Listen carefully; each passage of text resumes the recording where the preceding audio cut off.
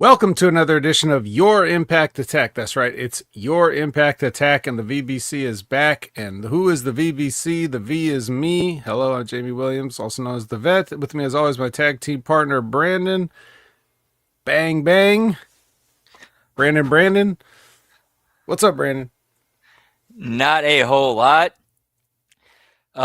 First time I ever tapped out for a watch along because AEW was just that rough to get through, and Raw was not that much different. But we're here with the Impact Attack, so hopefully cleanse that palate and have a good time with the homies in the chat. Whoop, whoop. Yeah, well, it's definitely going to be cleansed with TNA's content, that's for damn sure, but we're going to talk about it anyway, and we're going to talk about it with you guys, the chat. Who's with us? Do we have 4 horse people tonight, Brandon? Indeed we do. We got Chris Willen. We got Lab Rat, who wants some muffins at Swingers Palace, pal. We got Liz. We got Dan. See, that's a 4 riding tonight. Whoop, whoop. Hall of Famers, every one of them. Yeah. So Chris has a question. He says he's got to wing it, but it's a doozy. Cause if I'm winging it, it's gonna be a hard one for me. But what he says is, what are a few matches that you would recommend to anyone who might be a new viewer to professional wrestling?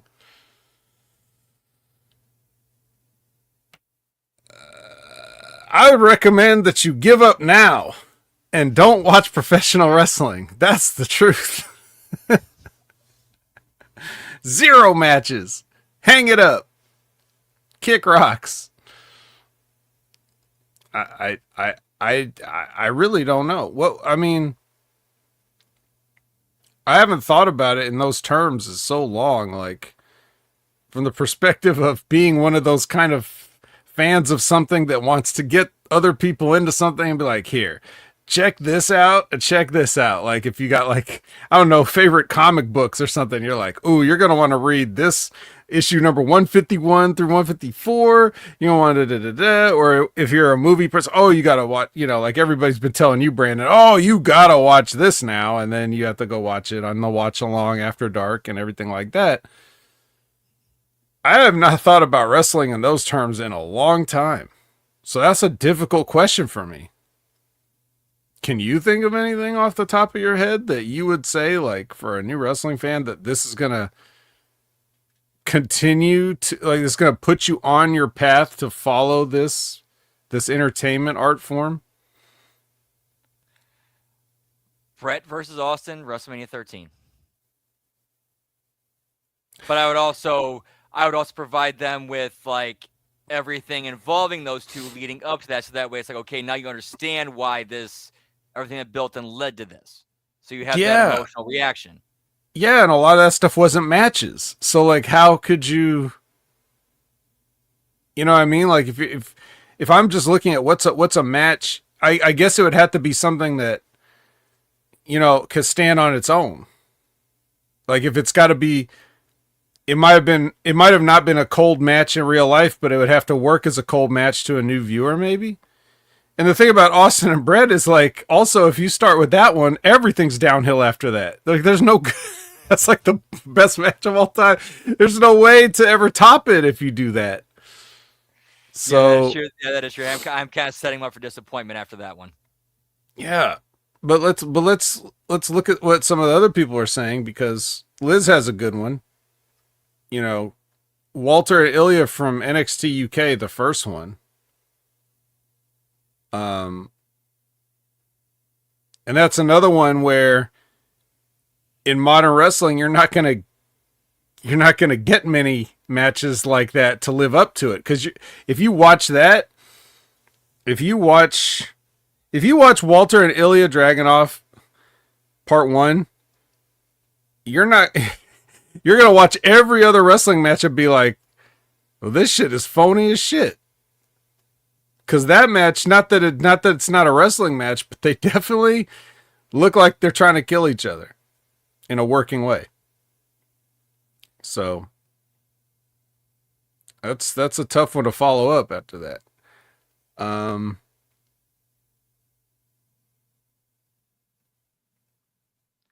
Yeah. TLC. I think yeah, TLC and TLC 2 be good ones. Well, then you're setting up the expectation for those type of like car crash Oh, matches, you know? right, and If you nobody do can top that, that. Yeah, yeah, nobody and tops those. what if the new wrestling fan is not like, you know, what if they don't like that aspect of it? What if they don't just want to see people like a stunt show? Maybe they appreciate the sort of the combat aspect of it. I mean, who knows? If they like professional wrestling, if they got into professional wrestling, they're a new fan of professional wrestling. Are they a fan because they saw furniture being used? Or did they just look at the concept of two guys in a ring squaring off and finding out who's better? I don't know. Tommy Dreamer versus Raven's another one where you really need a lot of the build up to that, I feel like.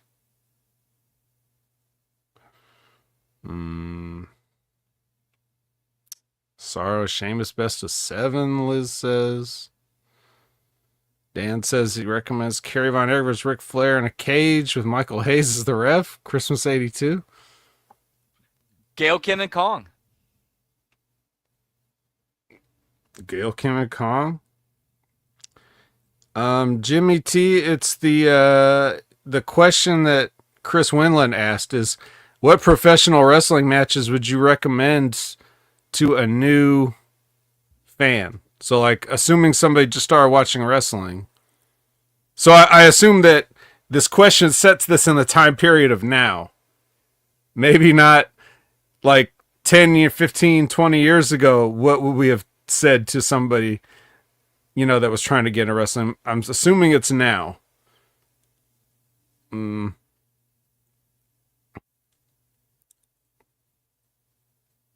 AJ versus Joe versus Daniels 3-way from Unbreakable. Bull Nakano versus Alundra Blaze. Hillbilly Jim versus Bundy with the midgets.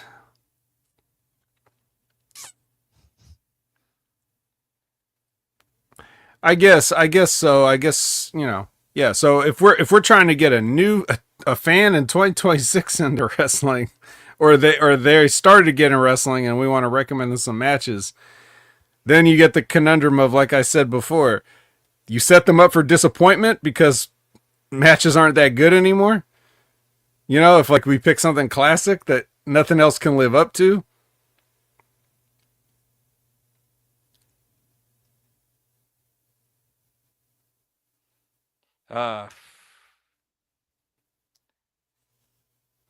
Tessa versus Sammy. That was another good one. Well, Brett versus Owen from Mania 10 or their steel cage match or something. I would say that's a pretty good pick, Todd, because that kind of told an interesting story in the night too, because at the end of that night, Brett ends up winning the belt. And then the ending, you know, scene where you see Owen looking on like, you know. Yeah, I beat you.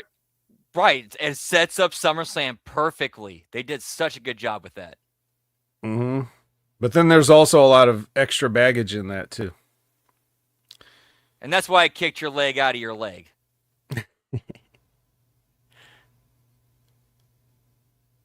Yeah. Yeah, I don't know. It's an interesting question. I would say if you want if you want to look at a good hardcore match from back in the day, I would go to, what was it, Jack Victory and the Sheep Herders versus Terry Taylor and who was partners in that? I keep forgetting. The 3-way like cage, like barbed wire cage match from UWF for Bill Watts. I don't think I've seen that one. Let me go look that up real quick. Oh, yeah, the Ric Flair Terry Funk I Quit. That was a good one.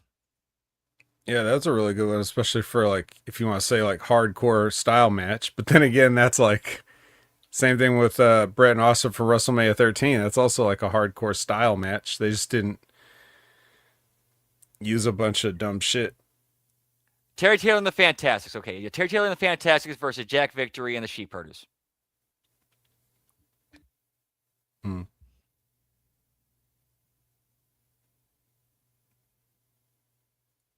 Well, these are all like interesting match picks, but yeah, I don't know. It's a tough question because you have to think of like there's too many variables that you won't know because it's a hypothetical. Like this is a hypothetical person. It's not like a real person. So, if you're just talking about like I guess the question really just boils down to what are your favorite matches, right? Like isn't that basically what it boils down to at this point cuz you don't have like a real any other gauge to go off of. So, WrestleMania 7 career versus championship Warrior versus Macho Man was really underrated. Well, I'll tell you what it was definitely underrated at. That we can definitely look back at that match as like, wow, you want to bury a finish? Let's go with that. Cuz he dropped the elbow at how many times on him? I think what was it 5 or 6? It was a lot. And then he just got up and beat him. Yeah. I think that was probably one of the Young Bucks' favorite matches for sure. Well, just look at how Warriors dress, look how they come out, or some of the gear that they've been known to be wearing. Mm-hmm. Yeah. 1,000 at least? Yeah. 1,000 elbows, man. He dropped elbows.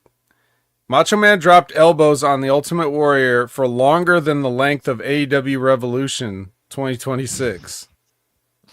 It was just 6 hours of Macho Man dropping elbows. And then after the last one, Ultimate Warrior got up, press slammed him, splashed him, and put the foot on his chest.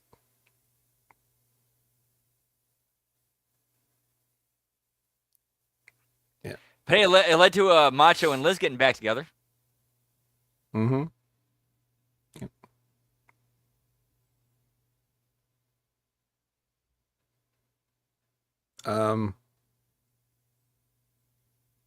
So yeah, so there are lots of good picks.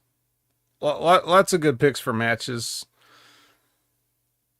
I know when I watched like when Brett was on the Stone Cold, you know, podcast thing, and they were like watching the highlights of that match from WrestleMania 13. They were just like talking about it a little bit and just watching it on the screen.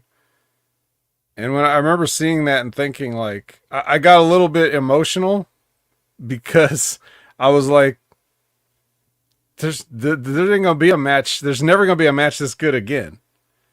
You know, you could talk about other matches that were good before that, but like after that one, and that was what 97.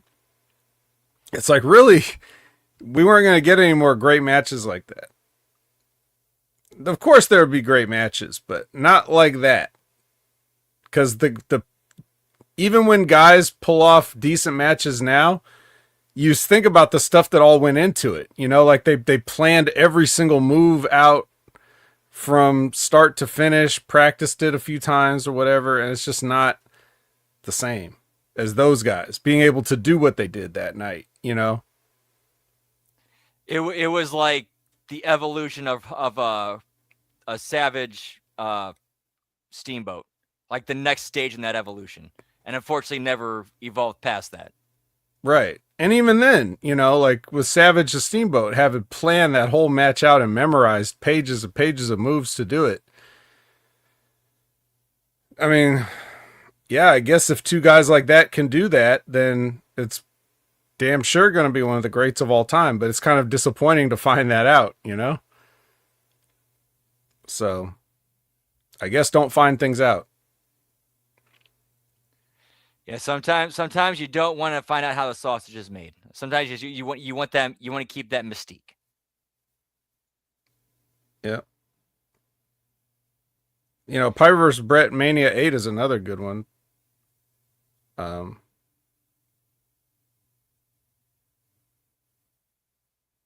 Yeah, I mean, there's lots of great matches, but I don't know which one of them could. I don't know which one of them could set a new wrestling fan on the path to becoming a lifelong fan. I'm not sure. Not sure, but it's a good question though. I think if it's somebody that you know, think of something that they would like, not what you would like, something that they would like, that you think they might like, and show that to them. That'd be my advice to that. Yeah. And my advice would be tell them to not watch wrestling and just stop now and pick up a new hobby.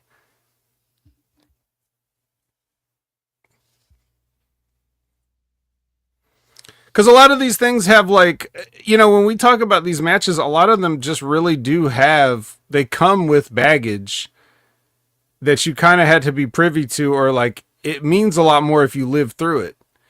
Because even if I go back and watch, like, if I go back and watch an old match from like before my time, even if I was to learn about the match beforehand, it's not going to be the same as if I lived through the era and then saw the match, you know?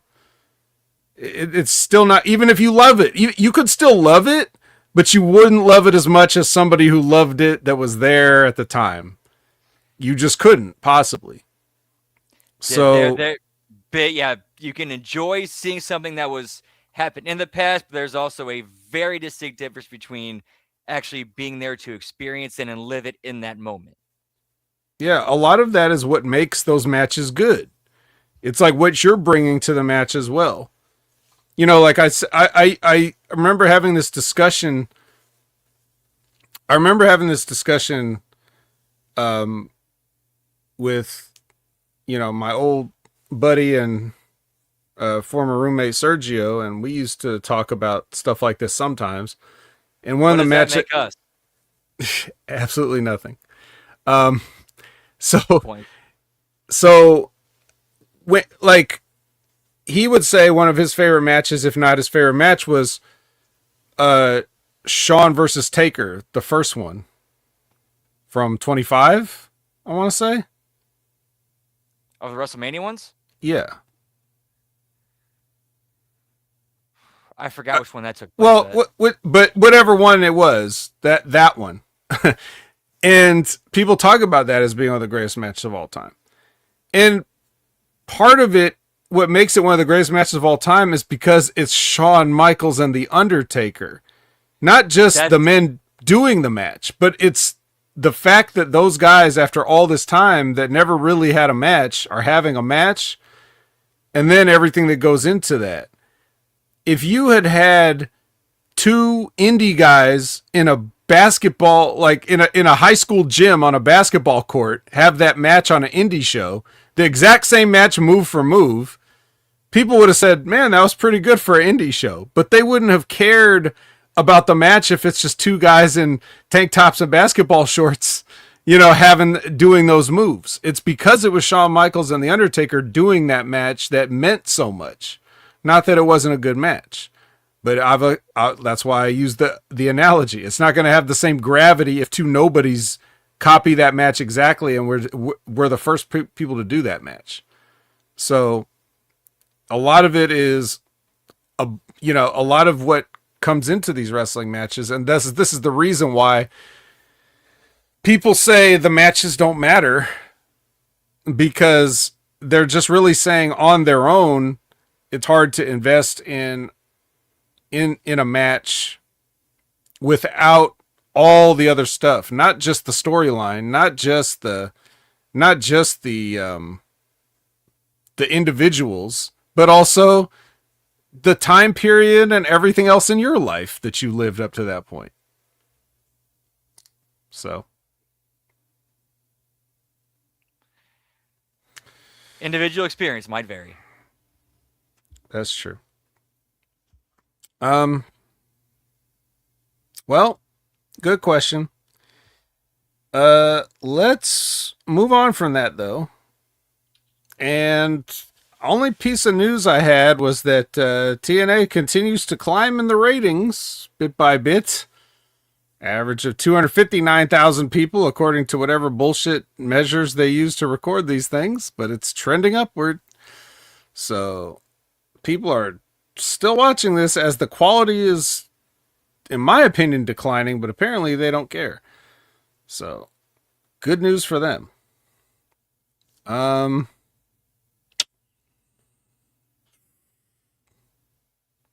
Oh, and any also other too, they news? signed a deal. They signed a deal with iHeartRadio. TNA did? Yes, they did. What kind of a deal? Let me go pull it up real quick. Hang on. Going to ProWrestling.net. Shout out Jason Powell.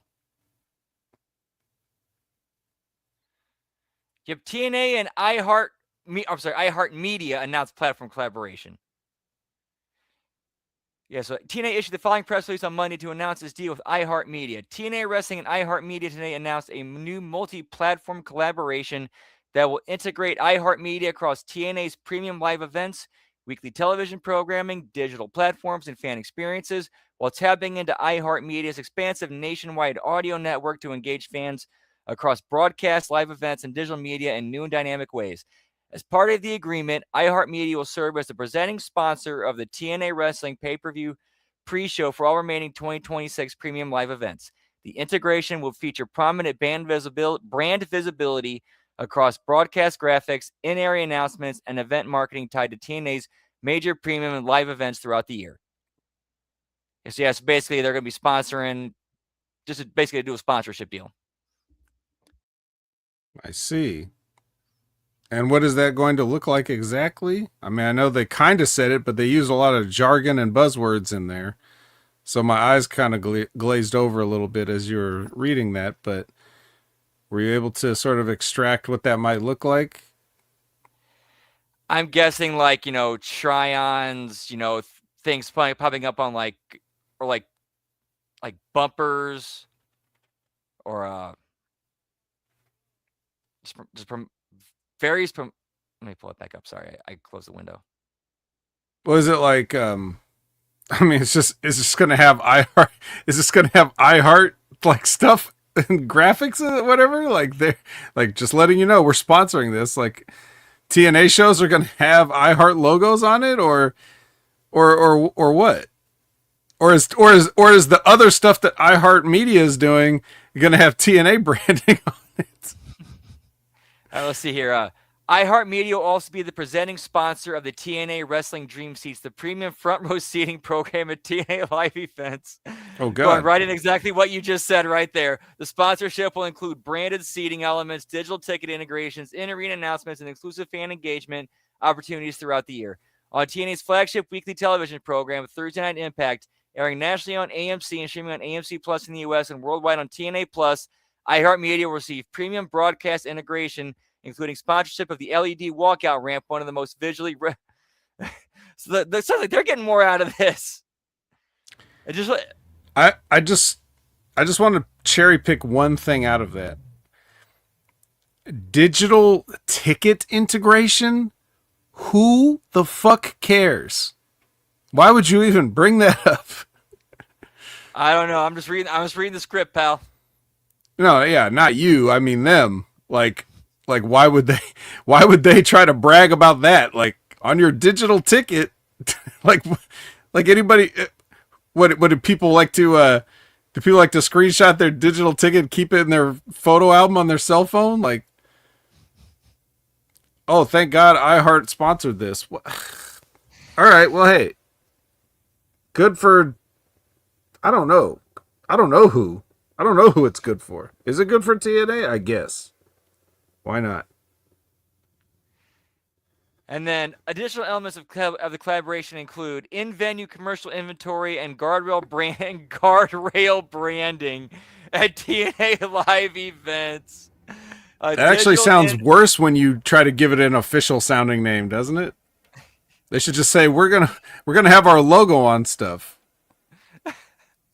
It's like, wait, guardrail branding, huh? Digital integrations across TNA's website and streaming platforms. Social, oh, this one's great. Social media collaboration and digital storytelling. Whatever kind of storytelling that is, storytelling through It's on your digital ticket. It's on the back of your digital ticket. There's a story, a little short story for you. Guardrail Branding Jones. That should be a wrestler name. Tag team with Cappuccino Jones, and he loses the matches, and they eventually split up and feud. Damn. It writes itself on the back of a digital ticket. Scan to read the story and watch it on your phone through AI. Oh my God, we're all like, this stuff like this makes me realize there's so much money out there in the world and it's going absolutely nowhere. While everybody's talking about being broke and every company is raising all these prices. And yet shit like this happens. Like, this is all just con artists and scams. Like, this is they are running the scams and they just haven't left town yet. They haven't left town with the little hobo bindle with everybody's money in it yet. They're still here, but somebody's getting taken on this. Look, this is a whole bunch of nothing. It's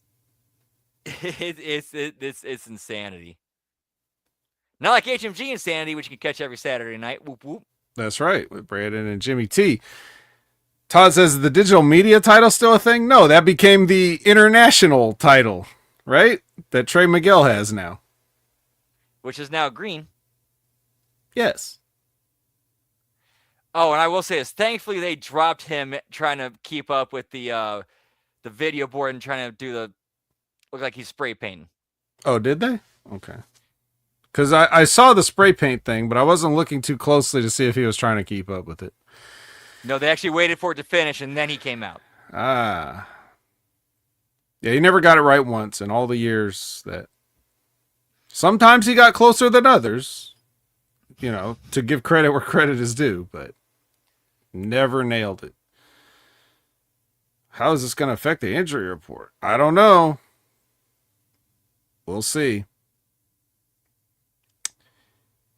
But I guess that's as good a transition as anything to go right into the review portion.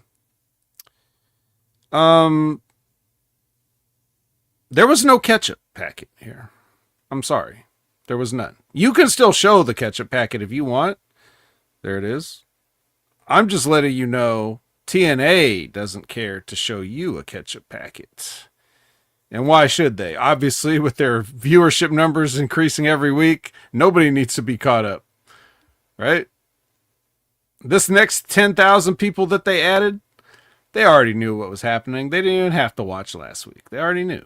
So they jumped right in. And what they saw was the Hardys versus these guys. I don't even want to call them the Armory. That gives them, like, the Northern Armory would give them like some sort of a credibility. I don't even want to call them that. I don't know what to call them. But I think it's called Center and Saint at this point. I know that's what they want to be called. I don't want to give them the satisfaction of calling them by their name. I don't want to acknowledge them in any way. I'm just so mad that I have to watch this. You got guys that can barely move in the Hardys, and you got guys that are moving way too much. It's the perfect combination. And again, I don't even want to dignify this match with any sort of like commentary or like acknowledging that it even happened, but even just watching it, I'm just looking at these people just like, I'll give the Hardys a pass or whatever. They're trying to do as little as possible and just not get crippled. But I mean, yeah, why else would Jeff bust out a brand new submission finish? Right. Exactly. And it's these other guys are trying to be like animated around them, but not in the good way that a good worker would do. Like in the kind of guys that are like the kind of guys that I was just talking about that would be wrestling in the high school gym, trying to have the Undertaker Shawn Michaels match. It was really bad. Not the worst I've seen, but bad. And the one guy, I didn't even notice, but the one guy that kind of puts his hair up in a Well, the fact that he even has hair separates him from the other guy, but he puts it up in the stupid little half-hearted top knot, and then Oh, he Timo Yuta. he's no, he's actually Timu Speedball, because I just noticed on this show that he is barefoot as well. I didn't even catch that. And I don't know if he has always been barefoot and I just haven't noticed, but he certainly is barefoot as of this past Thursday. Why? Why are you barefoot? Mike Bailey has the gimmick of a martial artist. So I understand, or if you're playing some jungle savage and you don't wear shoes, I kind of understand. If you're just some fucking guy that's a wrestler, why don't you have shoes or boots? Oh, it's definitely an insult to both, Todd. This guy makes Speedball Bailey and Wheeler Yuta look like Shawn Michaels and The Undertaker. Oof. Yeah. So anyway, this barefooted dork taps out to Jeff Hardy's new finisher, which is called the Spinal Destination. Damn, Brandon didn't even palm his whole face. He only used one finger. This wasn't even worth a whole palm. Oh, boy. Spinal Destination, guys. 31.6%. Mm-hmm. That's right. Get it right. That's Dirty Sheets reporting, Jimmy. We want clean sheets, please. Oh, hell yeah. Yeah, so anyway, back to this match. Oh, hell no. But they did, they did get some hugs and kisses at the end. So I'm sure Jeff decided... Denise would like that. Yep. And after Jeff Hardy decided he wants to hit a random swanton on the other guy just for the hell of it, and the announcers had to say, like, oh, yeah, they're sending a message to the system. I don't know if they got that message. Indy Hartwell is walking.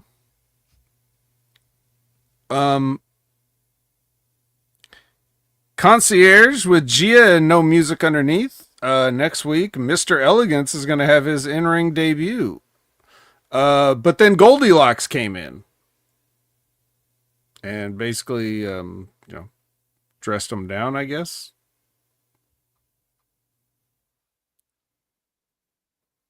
And then basically said she has some old. She has basically a Rolodex of people she can call in to deal with the Elegance brand. Over under that the finale of this ends with Elegance brand versus Beautiful People. I hope so. I mean, well, I don't hope so in a way, but I do hope so if it means that. No, I'm sorry. There's no good outcome to any of this. There's no good outcome.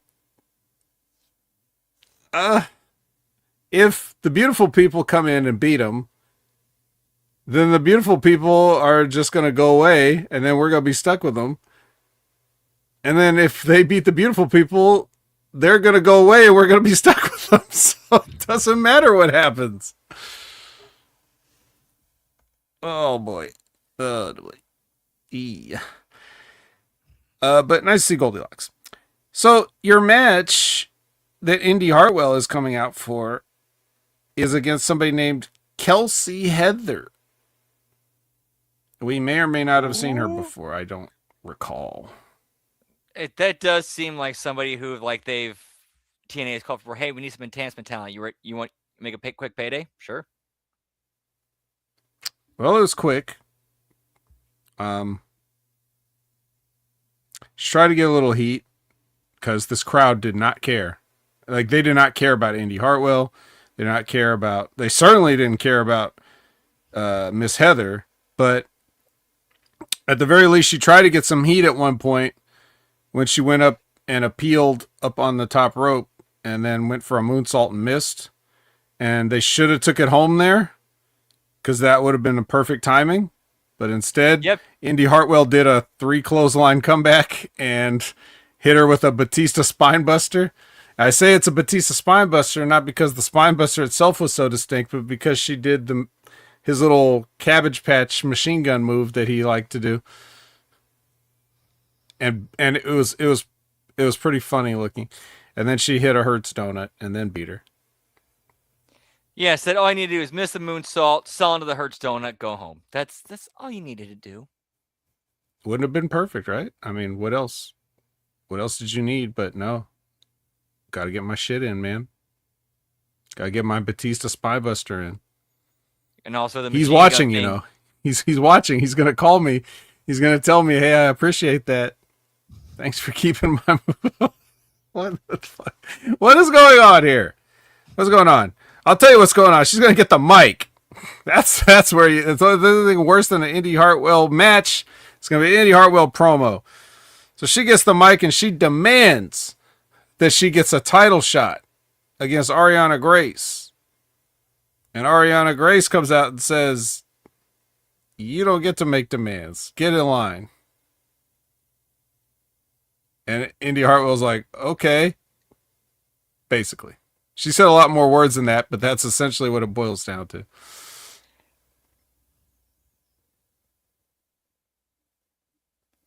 What are we doing here? I don't know.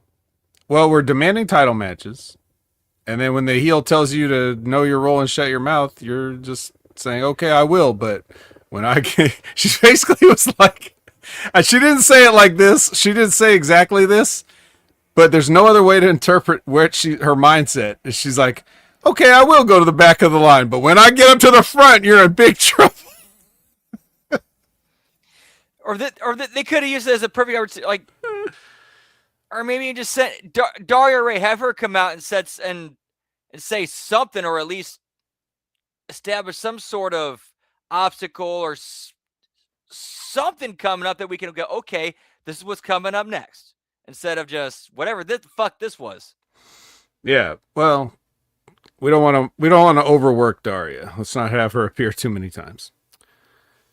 Let's have the Righteous and the Hardys chat on what I presume is whatever the loading dock of this building is. With their little lights set up. You know, don't forget the lights. They're going to have little pink spotlights on the wall.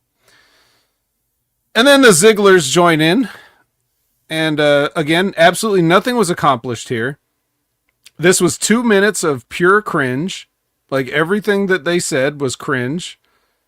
And this is what you would definitely show somebody. Like, to the question that Chris Winland had earlier, if I'm saying, like, if I'm supposed to show somebody a match that's going to get them interested in pro wrestling, but I was saying how I would say quit now, to further enforce my idea for them to quit watching wrestling now, I would show them this vignette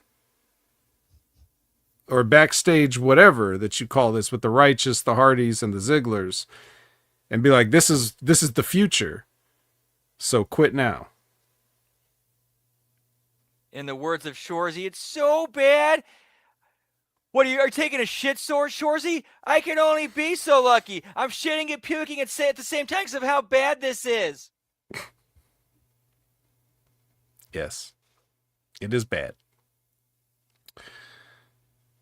But you can go to TNAmerch.com and get all your favorite TNA superstars' items before they're gone. Don't think you got to worry about that. No, probably not. All right. 6-man tag action.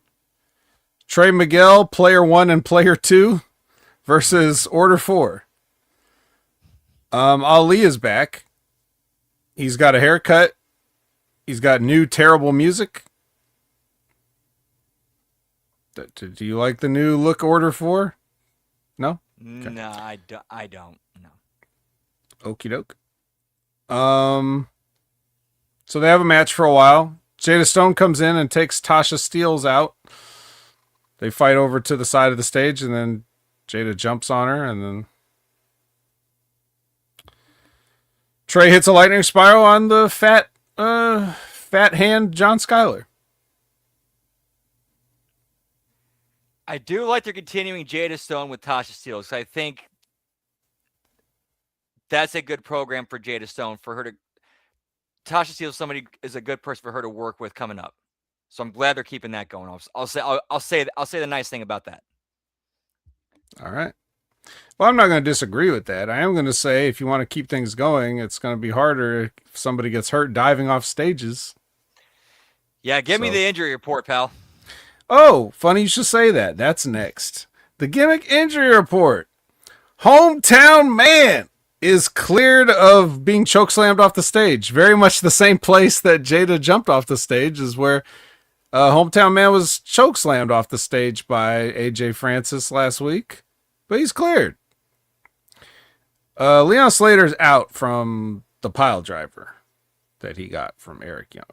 So he's not going to be around right now. And Cedric and Moose are both cleared because they're in the main event tonight. And also they didn't do anything. So why wouldn't they be cleared? Would Moose tear his vocal cords during a promo last week? Is that what would have happened? Like, of course he's cleared. We let you guys know, like, our main event guys are cleared. We need to, pad this out because we don't really have anything else for this tonight. So that's it. Todd Brantley's asking who's Jada Stone. Yeah. She is one of the new talents who recently got signed. She gets it. She definitely seems to get it. She's just really green and needs the time and reps. That's it. But from what I've seen out of her, she gets it. Yeah. It is Jada Stone, right? I'm not having a Freudian slip or anything, right? Okay. No, it's Jada Stone. Yep. Jada Stone. So Daria tells Mike Santana, hey, if you touch Burt Macklin ahead of your guys' match at Sacrifice, you will be stripped of this title. And then Santino comes and says, hey, if Burt Macklin touches Mike Santana ahead of their match at Sacrifice, he will be deleted from the TNA archives. So there will be no touching.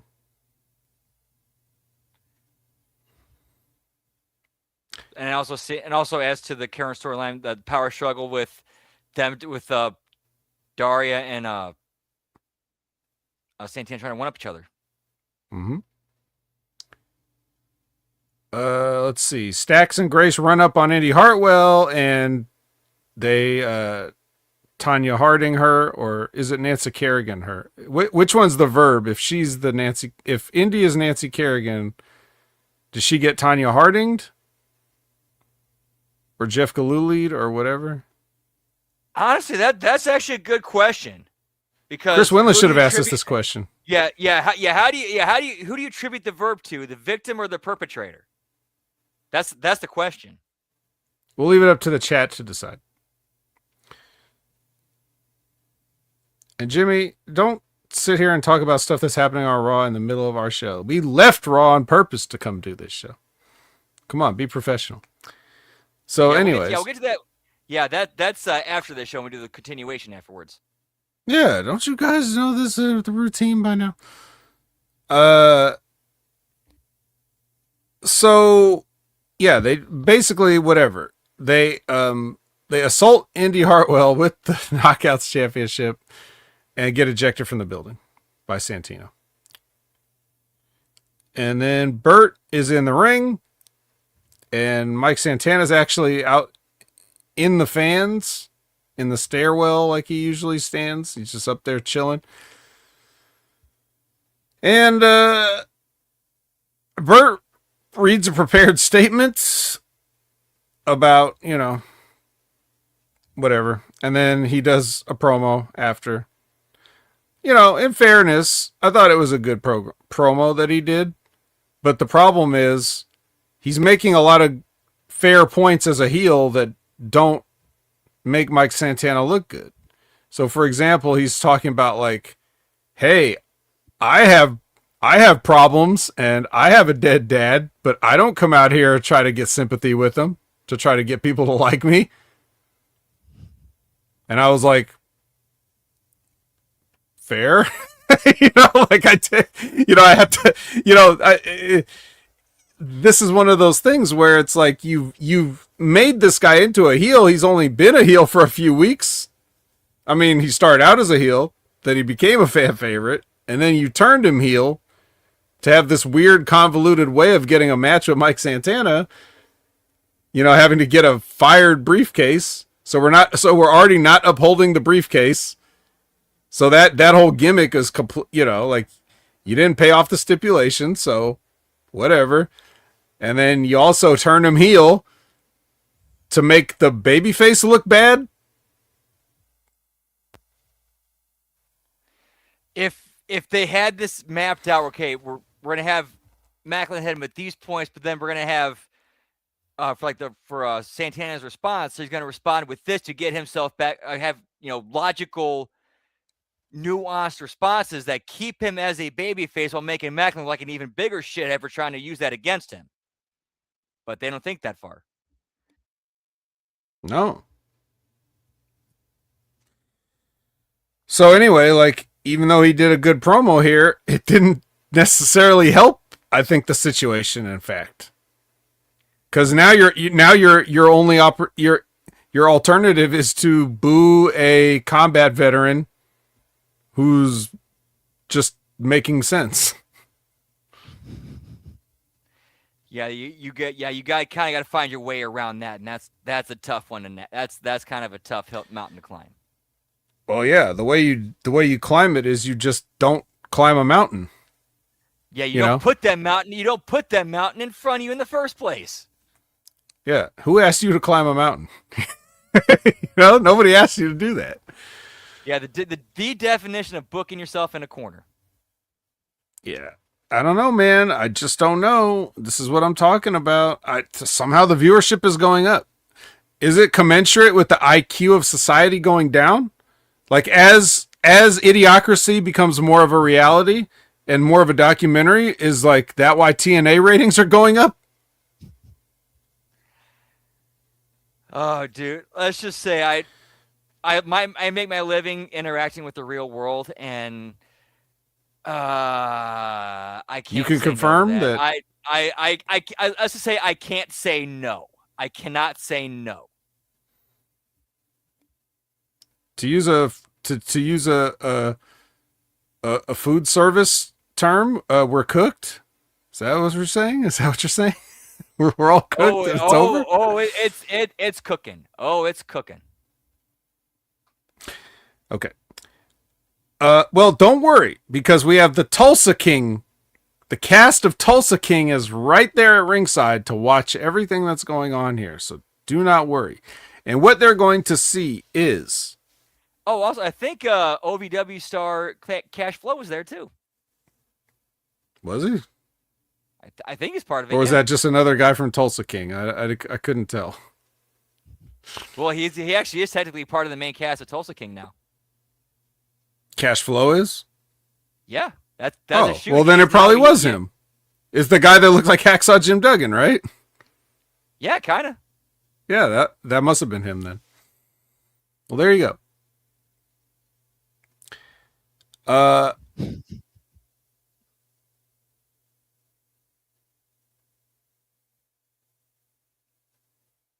Yeah. AJ Francis versus Elijah is your match. As AJ Francis came to the ring wearing what he was wearing, I was thinking, if I could ask AJ Francis one question, I would ask him, are you trying to look like that to get heat? Or did you think it was cool? I just want to know, because if he's purposely making himself look like that, that's genius. Because I really don't know what to describe this as, other than he kind of looked like if a third grader had to do one of those like construction paper projects where they make a Christmas tree and then they just gave up halfway through.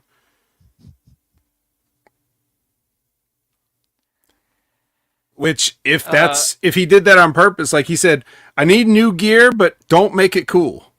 Like, make it sure it sucks. Then that's a great heel move. And he seems to kind of get it, so I wouldn't put it past him. I don't know. I would have to pull up a picture of him for you guys to. I don't know if I can. I don't know if there's anything on. I don't have a picture ready to go.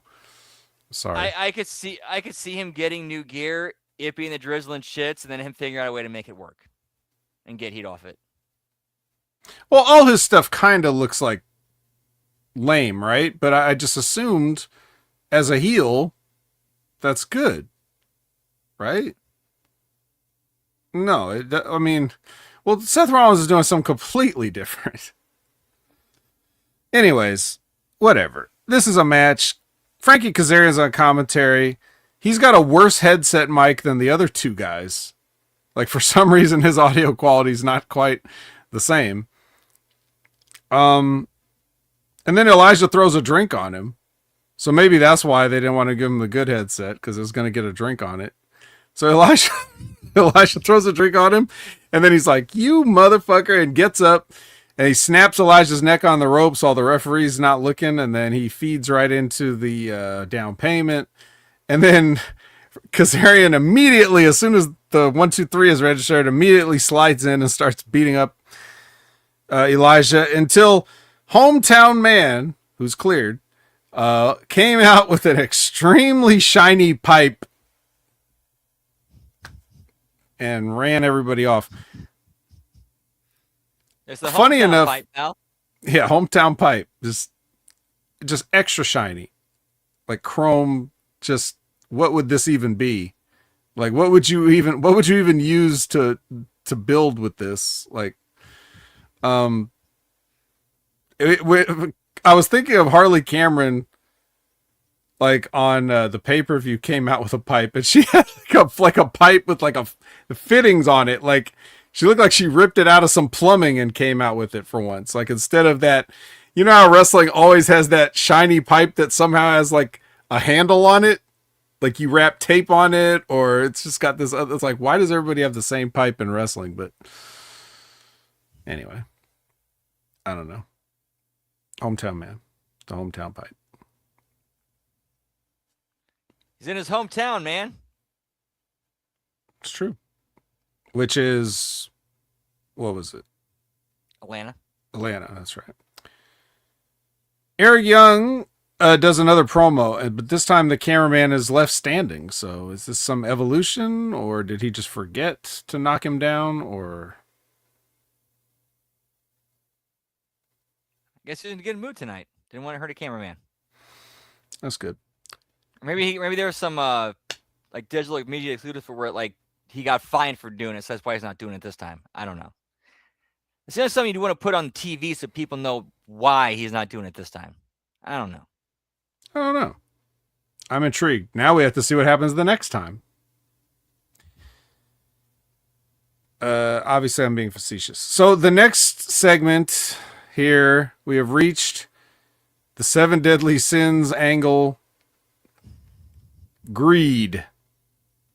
Grindhouse titles. Greed. We're here at Greed. We're here.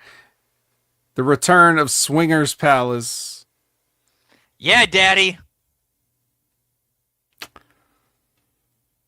I know everybody's waiting for this. They wanted me to have to review this. And I'm not going to do it because I didn't write anything down about this. I don't remember all the stuff that was said. I'm just going to turn it over to Brandon so that he can say whatever he wants about it. And then I will happily move on. So we have the return of Swingers Palace, Daddy. And at least based on, at least the way it sounded with that deal that was struck at the end between Swinger and Rosemary, it looks like it's going to be sticking around. So I hope it does. Much to, I'm sure, your chagrin, but I always enjoyed Swingers Palace. And so we got our new Swingerellas, which are Alicia Edwards, Zaya Brookside. Oh, and the new girl, Ryan Nemeth. Yeah. Why is he doing that? Because it's Ryan Nemeth. I guess. So then we have like the new crew there, which consists of the Great Hands, Sinner and Saint, Dango. Wearing a shirt that says retired. You're wearing a shirt that says retired. Yes, that Johnny Swinger from ECW. Yes, doing like this out of touch 80s like super over the top carny wrestler gimmick, who's like still trapped in the 80s, running his own casino. So then during this, Rosemary shows up. They have a little bit of a thing going on there where they talk about, their past, and she asks some questions like, "Oh, who are these guys? Where's that Saban kid? Oh, they shipped him up north." Oh, and he calls her Papa Shango and Sensational Sherry in the middle of this. Did she say Hot Saban? Yeah, Hot Saban. Yep. Did I miss something there with that? I must have. Oh yeah, she threatened to bring back Wrestle House 2. That is a threat.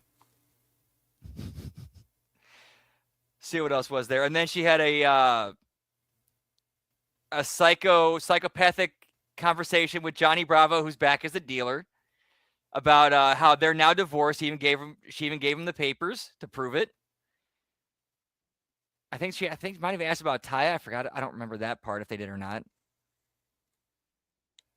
And then so then her and Johnny Swinger made a deal where she would if she gave him, or if he gave her the sin of greed, then he would get to keep his casino for eternity. So then, and also another thing I forgot to mention throughout this was that Rosemary was talking to somebody off screen that we couldn't see.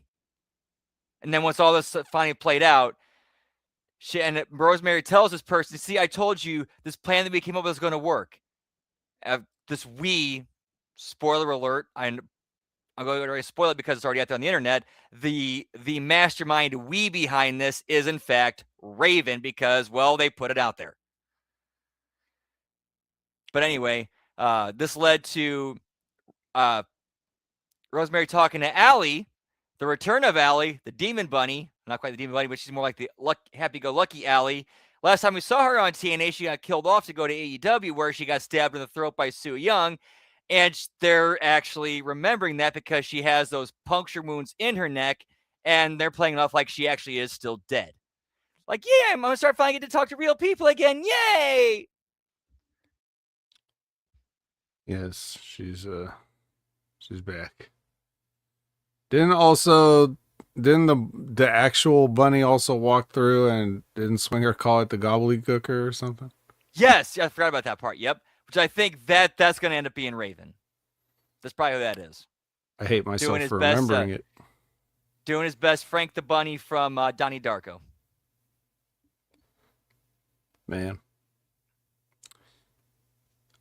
Well, there you go. Now, even if I got lab rat for points for lab rat. Points for lab rat. We got Allie the friendly ghost, pal. Let me just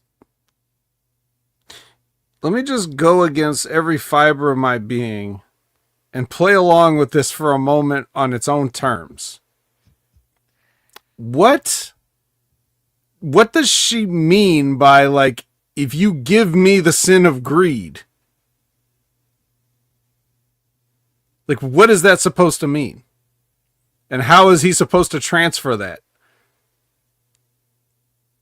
So Johnny Swinger, the guy, Johnny Swinger, just has the concept of greed in his possession? Like, what is he, some kind of a Greek god or something that he's got, like, the Prometheus, like the fire that Prometheus stole, and now he's got greed? Like, what does that mean? Maybe the mission is to, like, find sources of the sin, and then, well, who's the greediest person that Rosemary knows? Johnny Swinger. Okay, who can I draw some greed from? Now we got maybe it's like a tank fill up thing that we need to fill up. We need to fill up like the tanks of all these sins. I don't know. Yeah, and then I'm trying to make sense here. yeah, and I'm making you. So what is the okay, but like if you take the greed from him, is he no longer greedy and then he doesn't want a casino anymore? Is that how it's going to play out? I don't understand. As a shoot, I was kind of asking, like, I didn't vocalize this during the show, but in my head, I was kind of asking myself the question: wait a minute, if he takes the greed from him, then why would he want to keep running a casino if he's no longer a greedy person if you took it from him?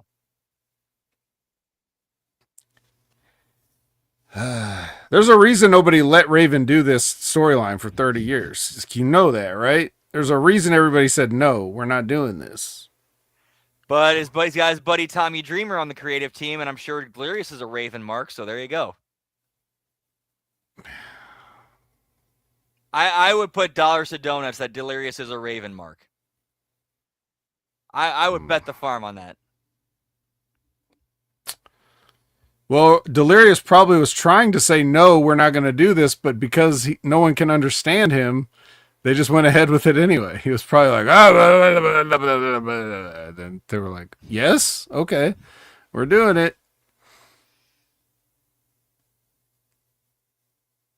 Okay. Moving on. Jimmy's going to like this. We have the big debut of Ricky Sosa. Bang, bang. Sosa. He's a viral sensation, you know.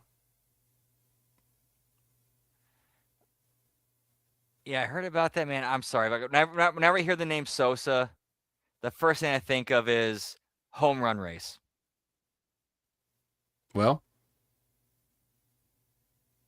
this kid might be on some stuff.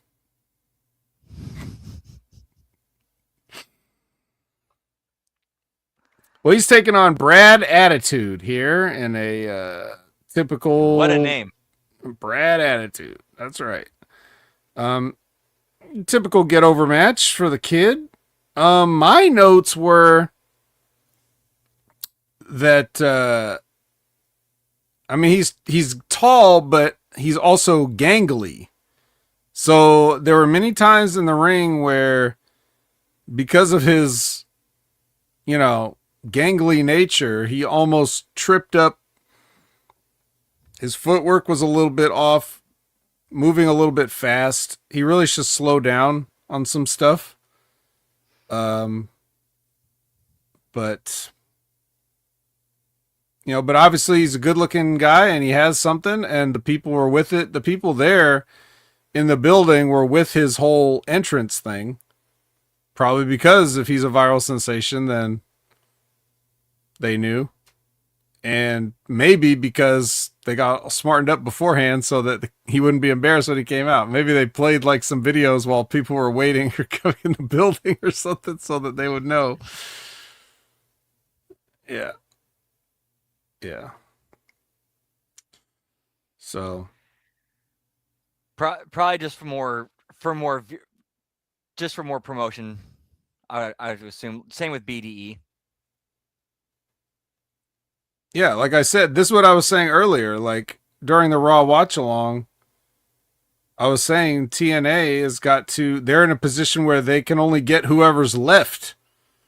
So like, because they don't have much actual talent there. They got a bunch of people that would be lucky to be on indie shows, making up the majority of their roster. They're all terrible, so they need to get a veteran that's like the Hardys, who are just so pathetic and broken down that they could still be top stars in TNA. Or there's crazy enough. They're still drawing. That's the crazy thing. The Hardys still draw. Right, and I get that, but like on anybody else's TV, you don't want that. Like when they showed up on NXT, like it was so bad. That's embarrassing it's embarrassing. So your alternative is either that, or you find these other viral sensations, and try to get them signed, or just just do appearances or whatever, before it's too late. So that's why.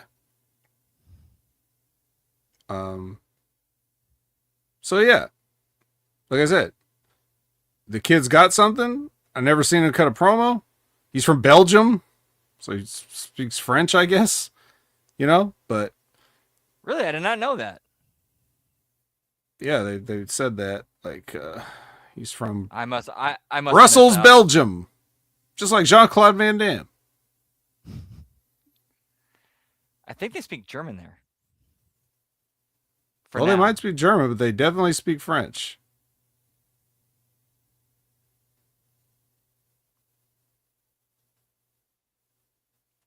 I have to go look that up later. Well, believe me or not, but the point is he gets his win over Brad Attitude. I know one famous wrestler from Belgium, Ricky Sosa. Bang, bang. So, there you go. Your main event for the evening. Rightly so, it's Moose. And because it has to be, Cedric.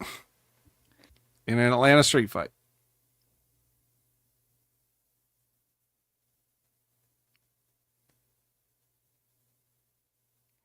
It was what it was. Ugh. At least Moose went over, I think, if I remember correctly. Yes, he did. Well, you got all your. I will say, I have to eat some humble pie. I was wrong. You were right. It is French and Dutch. I'm sorry, I was wrong. Well, in this street fight, we got to see my favorite thing that you always see at street fights. Knife edge chops. Because when there's no rules, there's nothing like an open-handed palm strike to the chest to do maximum damage. We also got the classic cookie sheet, because that would definitely be under the ring. At least, like, when you saw the cookie sheets in the old hardcore match, at least it made sense because the wrestlers brought them out themselves. Mm-hmm. So at least that made sense. Yep.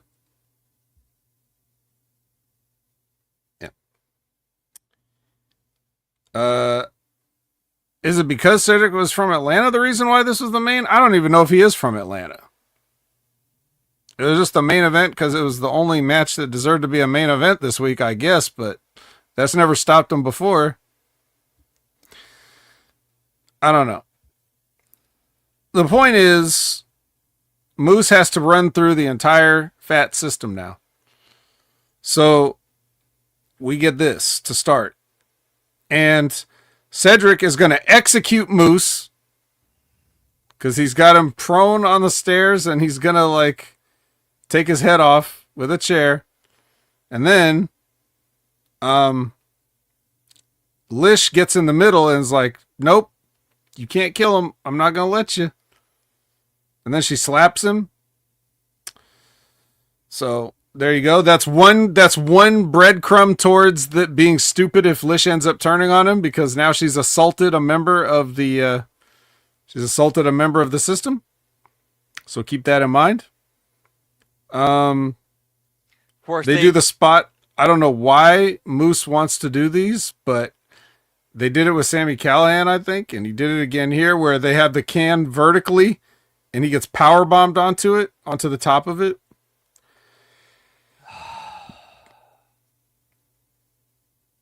Sorry, why? Because you know what the area of effect is of what's going to land on your back, and you know it's going to fuck your back up, and definitely at least 2 points of your spine. Why not just take it onto a flat laid out trash can? It still looks nasty. It still looks good. Well, it doesn't look nasty enough. We've seen that. We need to see something crazy. That's what you've done to these wrestlers. They think they need to do this for you now.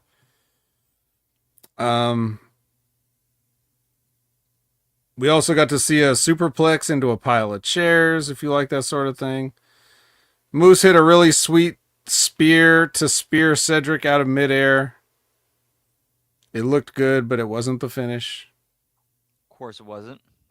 The match went a few more minutes, and then Cedric started attacking Moose, and Moose started hulking up. You know how he does. And then he speared Cedric through a table in the corner, and he has won his Atlanta Street fight. And the first of the Fat System is crossed off the list. So the positives of this is I can say that Moose was in the main event and he won it somehow. Maybe they're finally going to get the big guy back on track.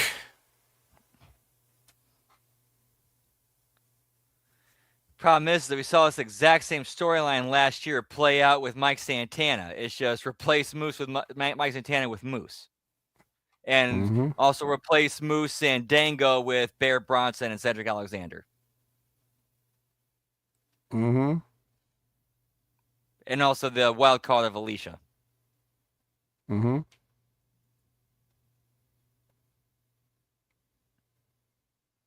Well, that was your episode of Impact. I guess it had a happy ending, but it had quite an ugly beginning. Give me the Moose Fits, pal. Give me Jerry Moose. And Glenn Moosig.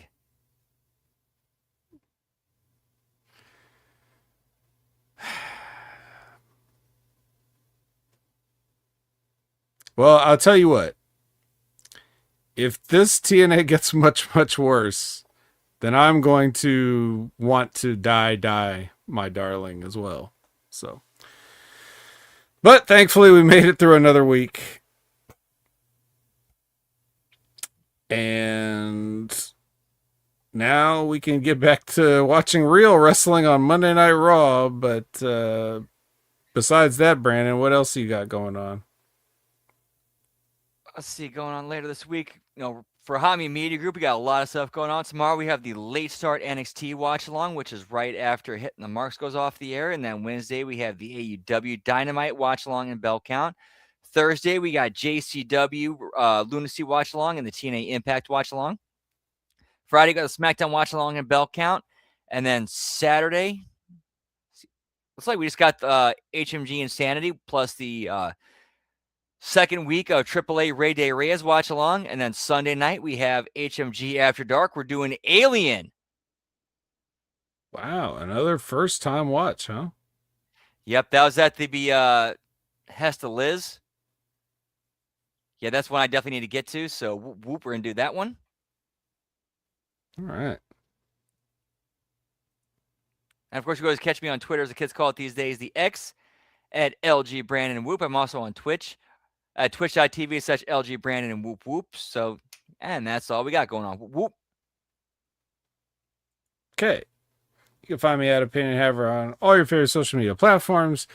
You can check me out every Wednesday, 8 a.m. Pacific, 11 a.m. Eastern, for the Next Level Wrestling Review with Big Ray Hernandez, or that's what I would say, except for this week, it's going to be Jimmy T on the Next Level Wrestling Review. So please check out the team there, and don't forget that every Sunday at 8 a.m. Pacific, 11 a.m. Eastern, you're going to have Direct Edge with Jimmy T and myself, with the addition of Professor Shabella Vera Cruz, and we're going to talk about Revolution and Dynamite and Collision for a super episode. So please join us for that. Check out Rip Rogers, Wrestling with Rip Rogers, every Friday, noon Eastern, and 9 a.m. Pacific. This week, they're supposed to have special guest Ken Patera on the show. Brandon, you don't seem too excited about Ken Patera. No, I kind of got lost in thought because of there was actually a time during the Indies where I actually was shared a locker room with his daughter Heather. Really? At least from my interactions with her, tremendous woman. All right. Whoop, whoop. So check out Wrestling with Rogers, and of course Mike Mondo was on last week.